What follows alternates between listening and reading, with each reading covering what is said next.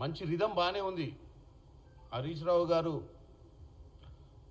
వాళ్ళ మామ దగ్గర చిన్న స్థాయి కార్యకర్త నుంచి పనిచేసి వాళ్ళ మామకు ఉన్నటువంటి వాక్చాతుర్యాన్ని మాత్రం మంచిగా వంట పట్టించుకున్నాడు.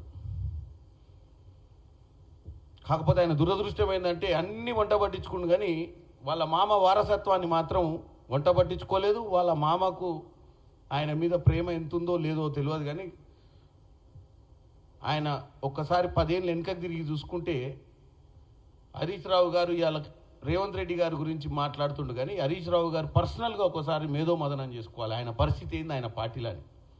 ఇవాళ ఏదో పేపర్లో చదువుతున్న పొద్దున్నే, ఇప్పుడేదో వజ్రోత్సవమా 25 సంవత్సరాల కార్యక్రమంలో ఆయన బొమ్మ కూడా పెట్టలే వాళ్ళ పార్టీలో. ఏదైతే మెయిన్ నిన్న కార్యక్రమం తీసుకుంటే రాష్ట్ర వ్యాప్తంగా జరిగిన కార్యక్రమంలో ఓన్లీ సిద్దిపేట, ఆ మెదక్ జిల్లాలో ఎక్కడైనా ఆయన బొమ్మలు పెట్టిరేమో లోకల్ లీడర్ కింద, కానీ రాష్ట్రంలో ఆయన అనుకున్నట్టుగా వాళ్ళ మామకు వారసుడు అనుకుంటుండో, వాళ్ళ మామకు ఈయననే ముఖ్యం అనుకుంటుండో, నేనే ఉద్యమాలలో కీలకంగా ఉన్నా, నేనే రేపు రానున్న తరానికి బీఆర్ఎస్ పార్టీకి నేనే నాయకున్నని ఏమన్నా పగటి కళలు అంటుండో నాకు తెలియదు, కానీ నిన్న జరిగినటువంటి పోస్టర్ లాంచింగ్ కార్యక్రమాలల్లో రాష్ట్ర వ్యాప్తంగా కూడా హరీష్ రావు గారి బొమ్మ లేదు. అంటే అర్థమైంది, మరి హరీష్ రావు గారు బొమ్మ పెట్టలేదని మామని అడగలేక తెలంగాణ నిలబడ్డది, తెలంగాణ పడిపోయింది. తర్వాత సాగు భాష, చావు భాషల గురించి మాట్లాడితే వాళ్ళ మామ ఈయన సైడ్ చూసి మా అల్లుడు ఇంకా బతికే ఉండు, మా అల్లుడు గట్టిగానే మాట్లాడుతుండు, మా అల్లుడే నిజంగా వారసుడని అనుకుంటాడనేమన్న ప్రయత్న భాగంగా ఈ రేవంత్ రెడ్డి గారిని అటాక్ చేయడం అనేది నిన్న, అంటే రేవంత్ రెడ్డి గారి గురించి నెగిటివ్గా మాట్లాడాలన్న ఆలోచన ఆయనకు వచ్చినట్టుగా 100% కనపడుతుంది. తెలంగాణను నిలబెట్టింది ఎవరు? నీళ్లు నిధులు నియామకాన నినాదంతో తీసుకొచ్చినటువంటి తెలంగాణలో మీ కుటుంబం నిలబడ్డది తప్ప తెలంగాణకు అరిగింది లేదు. తెలంగాణకు అరిగింది ఉంది, ఒరిగింది లేదు. అరిగింది ఎంత అంటే 7 లక్షల కోట్లు. ఒరిగింది ఏంటంటే మీ కుటుంబం బ్రహ్మాండంగా సిటీ చుట్టుపక్కల ఫంక్షన్ హాళ్ళు, చుట్టుపక్కల 100 కొద్ది ఎకరాలు, 1000 కోట్లు, లక్షల కోట్లు, 1000 కోట్లు కూడా కాదు. ఈ పెడితే ఇక్కడ పెట్టుబడులు పెట్టకుండా ఇక్కడ మిగిలి గాళ్ళ కింద జారుతుంటే తీసుకొని దుబాయ్లో పెట్టుబడి పెట్టుకునే స్థాయికి మీరు మాత్రమే ఈరోజు నిలబడ్డారు. తెలంగాణ ప్రజలు మాత్రం ఆర్థిక పరిస్థితులు, ఇప్పుడు మేము వచ్చినాక తెలంగాణ ప్రజలకు సన్నబియ్యము, తెలంగాణ ప్రజలకు ఇంటిగ్రేటెడ్ స్కూల్ కట్టాల్సిన అవసరం ఎందుకుంటుండే? కేజీ టు పీజీ ఉచిత మీరే ఇవ్వాలన్న చిత్తశుద్ధి. ఇంటిగ్రేటెడ్ స్కూల్ మేము కట్టాల్సింది కాదు, మీరు కట్టాల్సింది ఉండే. మీరు ఏది కట్టకనే ఈరోజు మా మీద భారం పడ్డది. పోనీ మీరు మిగులు రాష్ట్రంలో ముఖ్యమంత్రిగా ఉండి, మీ మామ నిజంగానే మిగులు రాష్ట్రానికి ముఖ్యమంత్రిగా ఉండి ఈ రాష్ట్రాన్ని నిలబెట్టడానికి అన్ని సదుపాయాలు ఉండే మీ మామ దగ్గర. కానీ ఏం చేసిండు? మిగులు రాష్ట్రంగా ఉన్నటువంటి తెలంగాణలో మొత్తమే దోసుకొని మీరు పడగొట్టింది మీరైతే స్టేట్మెంట్ ఉల్టా ఇచ్చినాం. ఏమని ఇవ్వాలి తెలుసా? హరీష్ రావు గారు స్టేట్మెంట్ వచ్చారు, మా మామ అప్పుడున్న ముఖ్యమంత్రి పడగొడితే ఇప్పుడున్న ముఖ్యమంత్రి రేవంత్ రెడ్డి గారు నిలబెట్టే ప్రయత్నం చేస్తుందని చెప్తే స్టేట్మెంట్ కరెక్ట్ మ్యాచ్ అయింది. ఇది నేను చెప్పాల్సిన అవసరం లేదు, కాంగ్రెస్ నాయకునిగా తెలంగాణ ప్రజలు ఆలోచించాల్సిన అవసరం ఉంది. స్టేట్మెంట్ కరెక్టే ఉంది, కాకపోతే ఇటు రివర్స్ చేయాల్సిన అవసరం ఉంది హరీష్ రావు గారు. ఎందుకంటే మిగులు రాష్ట్రాన్ని 7 లక్షల కోట్ల అప్పుకు తీసుకుపోయిన వాళ్ళు పడగొట్టినట్ట, పడిపోయిన 7 లక్షల రాష్ట్రంలో ఇంటిగ్రేటెడ్ స్కూళ్ళు, రైతులకు 21,000 కోటి రుణమాఫీ, ఏకకాల రుణమాఫీ, ఉచిత బస్సు, 200 యూనిట్ల కరెంటు, 500 రూపాయల సిలిండరు, 500 రూపాయల వడ్లకు బోనసు ఇచ్చేటువంటి వాళ్ళు నిలబెట్టినట్ట. కాబట్టి మీరు మాట్లాడితే ప్రతిసారి ఎవరినో ఆకట్టుకోవాలని, మీరు మీ పరిస్థితిని మీరు మీ పార్టీలో పదిలంగా మీ దాన్ని చెక్కు చెదరకుండా కాపాడుకునే ప్రయత్నం చేయాలని మాట్లాడుతున్నారు తప్ప తెలంగాణ ప్రజలు ఏమనుకుంటారని కూడా ఆలోచన లేదు. ఏదొస్తే అది మాట్లాడటానికి ప్రయత్నం చేస్తారు. ఇక సాగు భాష అంటే ఏంది? కాళేశ్వరం కట్టినందుకు సాగు, మీరు చేసినటువంటి సాగు బాగా అది కూలిపోయింది.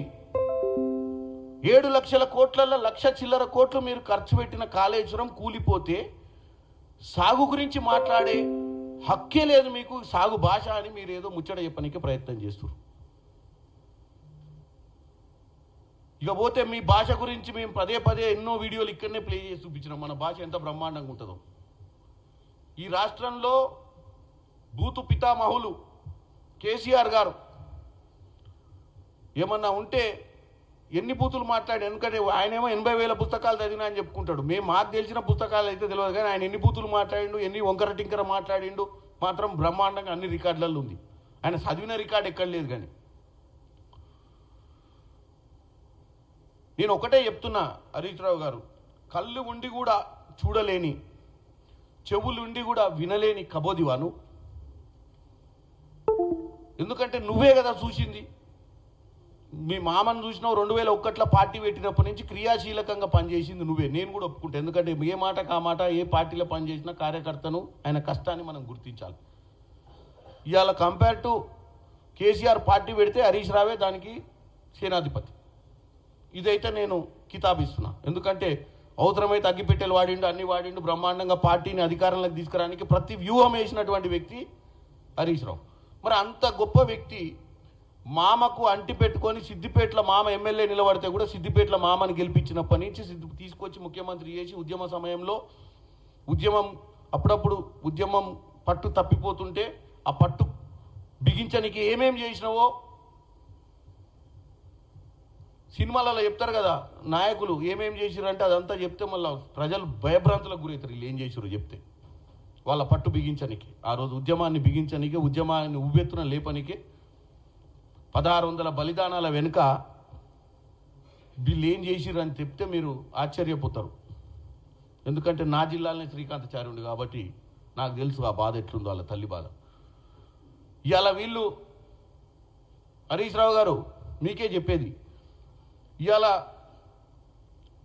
2009లో అనూన్యమైన పరిణామం జరిగింది ఆ పార్టీలో. హరీష్ రావు గారి కళ చెదిరింది. బామ్మర్ది వచ్చిండు, లటక్కుని దిగిండు, ఎమ్మెల్యే అయిపోయి వారసుడు అయిపోయాడు. మరి ఆయన పెట్టిన ఎఫర్ట్ మొత్తం కూడా అప్పటికే దుకాణం బంద్ అయిపోయింది. 2014లో రెండోసారి ముఖ్యమంత్రి అయినాక చాలా రోజులు మంత్రి పదవి కూడా లేదు దొరగారికి. కేసీఆర్ తీసి పక్కన పెట్టిండు, అలా నువ్వు నీతోటేం పని రాబోయ్, మాకు మా ఇంట్లో నా బిడ్డ ఉండే, నా కొడుకుండే, మళ్ళీ వీడు పొడుగు అటు ఇటు తిరుగుతూ నేను ఇంటికాడ కూర్చోబెట్టామని చెప్పిండు. ఇవన్నీ ఎందుకు గుర్తుకు చేస్తున్నా అంటే మీరు మా ముఖ్యమంత్రికి ఉన్నటువంటి ఢిల్లీలో పరిస్థితి గురించి మీరు మాట్లాడుతున్నారు కాబట్టి,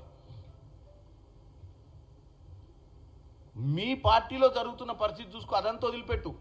నీకు మంత్రి పదవి లేదు, నువ్వు ఇరిగేషన్ మంత్రి తెచ్చుకున్న తర్వాత కూడా ఇరిగేషన్ అవకతవకల మీద నీ మీదనే ఎంక్వైరీ చేయడానికి ప్రయత్నం చేశారు మీ పార్టీ వాళ్ళు. అది పక్కన పెడదాం ఇక.